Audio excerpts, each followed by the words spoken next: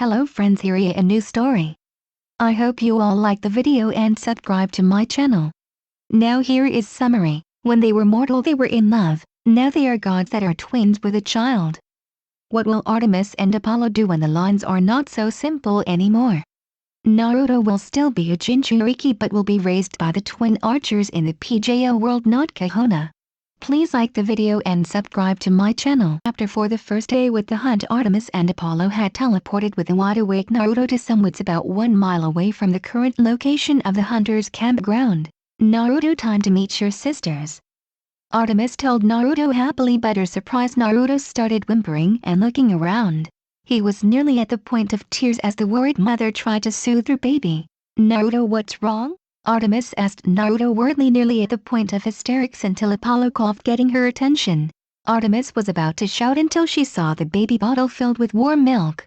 Sis, Naruto hasn't eaten since he was born. Of course, he is hungry and scared, Apollo said calmly as he handed the bottle to the relieved goddess of the moon. Apollo had basic knowledge of babies due to his domain of healing and usually sticking around a day with his mortal lovers before leaving them in accordance with the ancient laws. Artemis gave her brother a look of gratitude before she gently put the bottle into Naruto's mouth, making Naruto's cries stop instantly as he got fed for the first time. Apollo smiled at Artemis' look of pure happiness and serenity as she fed her baby for the first time. She watched him as he continued to take gulps of warm milk. Apollo smiled but said, Artemis, I think it would be best if you go on ahead and explain to the hunters our situation. Just send the signal when it is all clear and I will come with Naruto, okay? Artemis gave him a look of surprise for his calm and rational side, but nodded, gently handing back Naruto, who continued to feed in his daddy arms. Artemis gave one last look to her baby before she sprinted to the hunters' campground within a few seconds. As soon as one of the hunters saw their goddess arrive, she gave a cry of happiness and sounded the hunter's horn. This made 20 Albanian Lex hunters along with her clone arrive, and to where Artemis stood there with a smile. Her clone nodded to her briefly before disappearing, getting all of the memories in a few seconds. Every hunter bowed on the knees as Artemis sorted through the 23 years and 3 worth of memories her clone gave her. She noted that not much had happened while she was in the elemental nation world besides monster activities being relatively the same. No hunters were gained or lost, and that her uncle was telling the truth about a young daughter of Zeus being born several years ago. My lady, you have returned, Zoe Nightshade said respectfully as she smiled, happy to see her mistress return fully. Zoe was a beautiful copper-skinned demi-titan whose father was the Titan Atlas.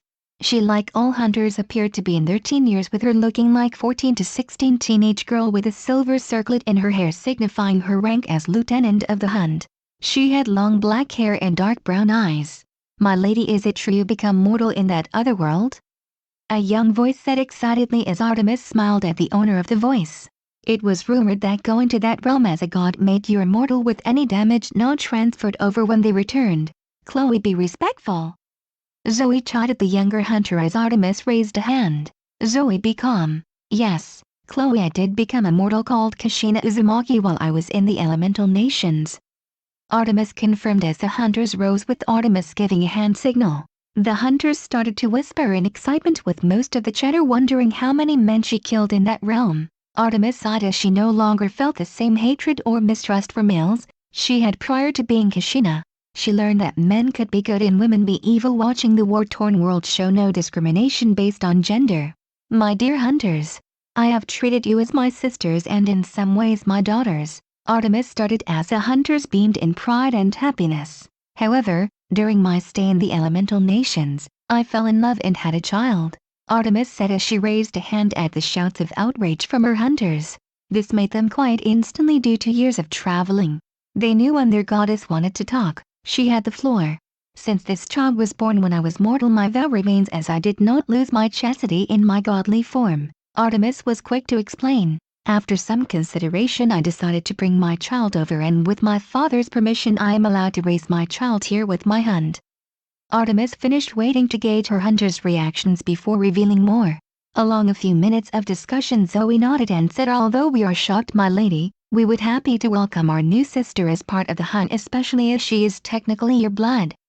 Zoe said with a smile as the hunters cheered. Artemis sighed and thought to herself, here goes. My sister's my child is a male and his name is Naruto Uzumaki. Artemis finished as she braced herself for the screaming. The hunters instantly swarmed her questions of outrage. This is a mistake, my lady. This must be a trick. Our lady would never welcome a male as her own. Were just some of things she heard as much as understood their plight. Enough was enough. Quiet, Artemis said calmly but with her voice of authority as the hunt instantly grew quiet. Some of the older hunters remembered as nice as Artemis was to them her punishments for even hunters were legendary, and when she spoke in that voice, they knew she was angry.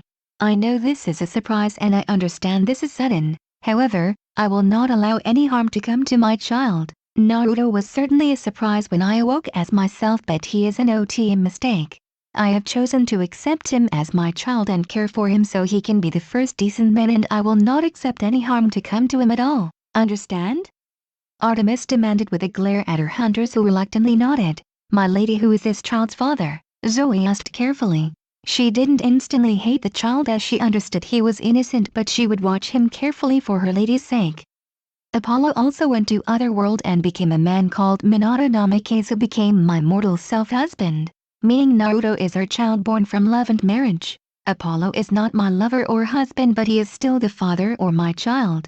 Artemis clarified as her glare prevented any more responses. The hunters were of course outraged at the possibility that Apollo took advantage of their goddess while she was mortal, but Artemis told them explicitly it was a true case of love which no longer applied in their godly forms, but Apollo was not to be blamed or harmed. Now I am going to bring Apollo and Naruto here so Naruto can be introduced to his sisters, and no harm shall come to either of them, or whoever is to blame will be banished from the hunt with no exceptions. Artemis warned with her summoning about to show her resolve. The hunters gave her looks of fear but swore on the sticks to neither harm them or reveal Naruto's existence till he was claimed by Artemis herself. Artemis aimed a silver arrow into the sky and dismissed her bow as Apollo entered the hunters' camp with Naruto safely in his arms. The hunters reluctantly bowed as much as they disliked Apollo and unsure of Naruto, he was still the child of Lady Artemis. Several hunters like Zoe noticed to their shock Apollo did not flirt or barely look their way, only focusing on Artemis, who had a happy smile seeing her child. As soon as he fed, he was looking for you the entire time. Apollo told Artemis with a dramatic sigh but huge grin on his face. He handed Naruto back to Artemis, who to the shock of the hunt had a huge motherly smile. Naruto, did you miss your mommy? Artemis asked with a coo as Naruto happily giggled at his mother. Zoe was most shocked as she was the oldest current hunter and she never saw her lady this soft and affectionate before. True, she was kinder to younger hunters like Chloe, but she never acted like a mother to this degree to anyone before. My lady must really love this child. Perhaps he can be different if raised by my lady and us. Zoe thought as she continued to watch the goddess happy with her male child in her arms. Okay ladies, since I'm Naruto's father, I will be sticking around so he can have both his parents growing up, Apollo declared. The hunters were about to shout their disgust and disagreements, so he added with a sigh, fine, I swear on the river Styx to never look at, speak to or flirt with any hunter of Artemis inappropriately while Naruto is alive. Apollo swore with mild thunder, sealing the oath.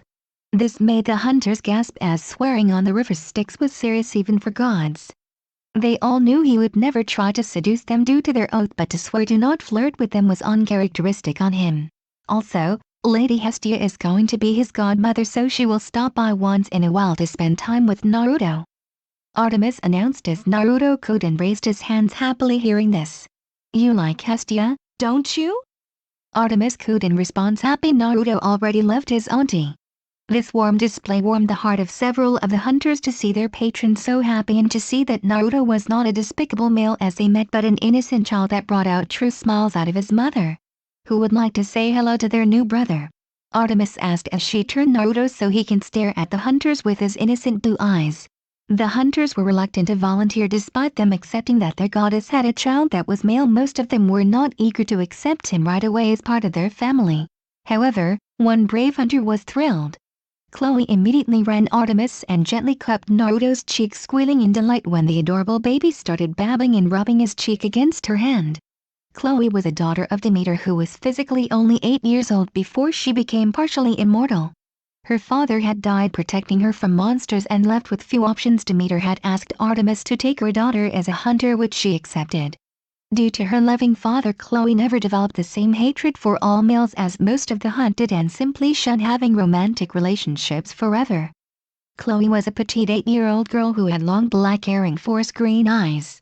Seeing Chloe accept Naruto right away made a smile appear on both parents' faces, and seeing she needed to make an example, Zoe stopped forward.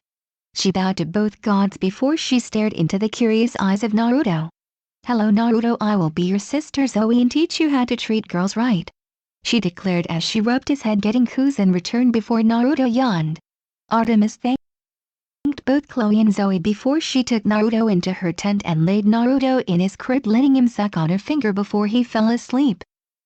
"Good night, my little star," Artemis told Naruto gently. Artemis summoned another blanket on top of Naruto that was silver and had written "Mommy loves me." The rest of Hunt, seeing Zoe and Chloe's example, had decided to give Naruto a real chance, as Zoe was their second in command and she set the example for the rest of them. Apollo had made his own tent appear and already summoned dozens of toys for Naruto to play with when he got a bit older. Artemis knew 13 years would not be enough time with her child, but vowed to make every second count with her child. Chapter 5. Arriving in Camp Hapland. It had been over 12 years since Naruto was born and brought to his homeworld of Earth. He was getting close to his 13th birthday and he had left his home with the Hunt and his parents just over a month ago. His mother Artemis had wanted to wait till just before his 13th birthday to send him off to Camp Half-Blood like his grandfather Lord Zeus demanded. However, his father Apollo had revealed ever since the winter solstice where Zeus's master bolt was stolen, Zeus had become more paranoid by the day and it looked like war was brewing among the gods. As much as it pained Artemis to say goodbye too early, they had agreed that Zeus would blame Naruto if it looked like the twins were conspiring to turn him into a weapon against him, so they sent him off a few weeks before the summer solstice a month ago. Naruto had said goodbye to his sisters, the hunters of Artemis, who despite their reluctance of accepting him due to being their patron's child and being male eventually grew to love him as the one and only brother of the Hunt. Flashback: 1 month ago today was the day he had to leave home and live on his own for the first time. Naruto could have easily run straight to Camp Half-Blood, but he wanted to explore the wild like his big sisters, much to his family amusement. Everyone knew this day would come, but it did not make it easier on anyone. He got hugs from every hunter with even tears running down their faces, which he pretended he didn't see. His two favorite sisters Chloe and Zoe were the most emotional about him leaving. They had accepted him the first day as he was brought to the Hunt and he grew up loving his sisters the most besides his parents. Artemis would later reveal to him one of his first words were "Ko" and Z, to represent the bond he formed with them, much to their mutual love. Chloe launched herself into his waist as she kept blubbering about how much she was hoping to miss her little Naru. With Naruto wrapping his own arms around her in response, Naruto had originally found it confusing how he kept growing, but his sisters would always look the same until his mother explained about the oath with the only love for a male they would ever would be sisterly love for him. "To think it just feels like yesterday I was being carried in Chloe's arms, but now I am taller than her," Naruto thought ironically as he was no taller than his big sister, Naru. "Make sure you find only edible plants, only hunt animals if you need to eat, pray to Lady Artemis and Lord Apollo every day for guidance, and never forget us, okay?" Chloe told him with tears in her eyes. She would always remember the first day he arrived in the Hunt and how she instantly fell in love with his cute face. Despite growing up, his whiskers had remained but now gave him more a feral look rather than simply cute. "I promise Chloe I will pray to Dad and Mom every day and will stay out of trouble," Naruto promised one of his favorite sisters as he patted on her head, making her pout. This got a laugh as she used to constantly pat him on his head when he was younger, and now he was taller enough to do it to her. After several minutes of tight hugging, Chloe reluctantly let go with tears running down her eyes as Naruto turned to his other favorite sister, Zoe Nightshade. She would never admit it to anyone, but she was likely almost as protective of him as his own parents were, despite claiming it was just out of loyalty to his mother. Everyone knew Zoe had come to love Naruto in her own special way. "Lord Naruto," Zoe said with a bow which made Naruto grimace. "I mean Naruto," Zoe amended with a smile as she approached Naruto and brought his face into her shoulder. Naruto had grown up taller than most of the Hunt, but Zoe was physically the oldest, so he still only went to her shoulder in height. Zoe started rubbing Naruto's hair in a comforting way as Naruto wrapped his arms around her waist, enjoying the contact between them. I know departing will be hard, but it is not like this. Goodbye forever. We will see you again, and once you have been revealed to everyone, we can contact you with iris messages," Zoe said in a comforting tone of voice as Naruto was at a loss of what to say to Zoe. It was decided that the minor gods would not be made aware of Naruto's existence until he was claimed at Camp Hapland, so Naruto would not be able to contact the hunt once he left until he was claimed. "I know," Naruto said with a pout. As much as he enjoyed being cared for by the hunters recently, he wanted Zoe to see him in a different light, even though he did not quite get why it bothered him so much. Zoe laughed before pulling Naruto off her shoulder to his confusion until she leaned in to give a warm kiss on Naruto's cheek. Naruto's face turned the deepest shade of red possibly as the hunters giggled at their little brother's cute reaction. Apollo had bellowed in laughter while Artemis giggled despite feeling somewhat conflicted feelings. Unbeknownst to most, Hestia was watching and giggling to herself. Seeing her godson so flustered was greatly amusing. "What was that for dead B.O.?" Naruto stuttered distinctly using his verbal tic. Apollo and Artemis had discovered to the former's great amusement and the latter astonishment that Naruto had gotten a variation of Artemis' mortal form Kushina verbal tic dat bane, which manifested itself only when Naruto was excited or truly flustered like now. "Just something to remember me by, Naruto. Plus it is a special day for our little Naruto being by himself for the first time, so I thought you needed a reward of some kind," Zoe teased as she let go of Naruto and giggled. To her it was a sisterly kiss, but she was unaware of Naruto's confused feelings towards her as he started growing up. Naruto stuttered, trying to collect himself as Apollo clapped him on the back in congratulations. Naruto had recently started noticing that Zoe was rather pretty, and when they hugged, he could smell sweet caramel from her hair, which he rather enjoyed. "That's my boy," Apollo said proudly as he wiped an imaginary tear from his eye and ignored Artemis thumping him on the head. "Don't corrupt my baby," Artemis yelled at Apollo, who only grinned as Naruto smiled, used to his parents' mostly harmless fighting. "Naruto, my advice as your father is simply follow your heart. I know the path ahead of you will be lonely and you will face many trials, my son. However, the lessons we have taught you will be with you always, my little sunshine," Apollo said sincerely as he wrapped his child in a hug which was returned. "Okay, Dad," Naruto said simply as he could start to feel the realization this was happening and real. He had lived with his parents his entire life along with the hunt, so the idea he had to survive on his own a bit daunting. He also felt some excitement, which was likely because of his mother, at the idea of being independent and free to hunt what he wished. After a few minutes they let go and Apollo and the hunters left to give mother and child some privacy. "Naru-chan," Artemis said with tears running down her face. She was currently in her 18-year form, which was the form she usually appeared in when she was around Naruto. "Ka-chan," Naruto replied back, overcome with emotion as he ran into his mother's arms with Artemis wrapping him as close as possible. Artemis and Apollo discovered the native language of the elemental nations was something remarkable similar to Japanese, so Naruto had gotten an affinity for it from them. Naruto learned to speak English for normal situations, but when it was just his parents, he usually lovingly referred to them as Tu-chan and Ka-chan respectively. Naruto and his mom just sat there for a few minutes hugging, trying to absorb as much time together as they could. They knew they would see each other again quite soon, but it would still be the longest they were apart since Naruto was born. Naruto, despite loving his family with all his heart, admitted his mother is the one being he could not bear to never see. Artemis shared similar thoughts since Naruto was her first child. No matter what the method, Naruto would always be her true child, so he held a part of her immortal heart that could never been shaken. Despite being one of the more active Olympians, she admitted she grew colder due to her long life and lack of consequences. "Naru-chan," Artemis sniffed as Naruto just held on to his mother. "I need to tell you something. You brought out emotions I never thought possible. Your birth and my time in the other world made me reevaluate what I wanted in my life. It was no longer just enough to survive and wait for a new exciting thing. I now want to live life enjoying it and making changes happen. You made that possible for me and Apollo to change despite us being stuck as the version of ourselves for the last 1,000 of years," Artemis said proudly, pulling back so she could stroke his cheek lovingly. "And too, Ka-chan, I think you and Dad were always like this deep inside, but you never had an opportunity to show it till now," Naruto said, insistently refusing to believe his parents were not this version inside. This got a smile from Artemis since her child believed in her so much. "Now then, Artemis said seriously as Naruto nodded to her. You know where Camp Half-Blood is, so take your time exploring, but you must be inside the borders before the summer solstice, preferably a few weeks before so you can have time to make friends. Pray to us every night as we will always be listening. Whenever you see our chariots, know we are watching over you every day and night. Try your best but don't show off.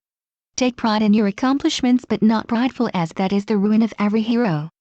Artemis listed off in her overprotective mother voice, as Apollo would call it. Artemis pulled back so other and child could simply stare into each other's eyes. Naruto was always awestruck at his mother's beauty, with him silently promising to himself to pummel anyone who dared hit on her or made perverted jokes at her expense. Artemis admired her child, who looked almost like a twin of her brother mortal self but had hints of her mortal self in it, like his face shape and eye shape. She hoped when she claimed him some more hints of her would be visible in Naruto, but she still thought he was perfect the way he was. Present-day Naruto stopped reminiscing as he stopped above a cliff overlooking Camp Half-Blood. He could see a massive rainstorm all over Long Island, which was where Camp Half-Blood was hidden away from mortal eyes. Lord Zeus must be angry about something. Maybe it has something to do why Mom and Dad have been so nervous the past few months. Probably why there have been more monsters just wandering around too. Naruto mused as he pulled out a bow with 2 arrows notched. Despite being several hundred feet away, he could see a huge shape right before where he knew the barrier was. In each hand was a person. One was clearly a grown woman and the other was an unconscious boy his age. Before Naruto could react, the beast squeezed the woman, who vanished into a golden light, making Naruto angry beyond belief. He was taught to respect both genders, but seeing a woman hurt set his blood on fire. No! Naruto yelled, seeing the beast called the Minotaur clearly about to hurt the boy in its other hand. Naruto fired the 2 arrows at the same time, with both flying at lightning speed. Each arrow stuck into one different arm of the beast, making it screech in pain as it dropped the boy. It looked around in anger at what hit it, but it was already too late. Normally celestial bronze arrows would ebb enough to kill monsters, but it was particularly strong, so it was wounded but not defeated yet. Naruto had instantly appeared above the Minotaur with a blue ball of chakra in hand. Rasengan! Naruto shouted as he smashed the chakra orb into the head of the Minotaur as it screeched in pain. There was a flash of light as the orb grinded and exploded. It quickly dispersed into golden dust, leaving a horn behind as a trophy. Naruto quickly pocketed his arrows and bringing out his sword, he quickly grabbed the boy and dragged him up to the camp line. He went back as picked up the unconscious satyr and dragged him to the camp line. Naruto remembered the talk about satyrs with his parents. His mother seemed rather awkward and uncomfortable talking about them until his father revealed they were obsessed with Artemis despite her oath and her hunters. This both creeped and amused Naruto at Satyr's creepy attitude towards his mother and sisters. Chiron, I see them by the line. A female voice alerted Naruto people were coming as he made a show of having his sword out nice and visible. His bow was already sealed away back into his arm. Chiron grabbed the satyr while Naruto grabbed the boy, so they all crossed the border into the safety of the camp. My boy, are you alright? May I ask who you are? Chiron asked calmly. Chiron was the immortal trainer of heroes who was a centaur, part man, part horse, and the camp half-blood activity director. My name is Naruto Uzumaki. Naruto replied as he noticed 2 females approaching, making his cheeks get flushed. He started noticing girls as more than before since he developed what his dad called hormones, with Zoe being the first and now the new girls making him flustered. I hope you all liked the video.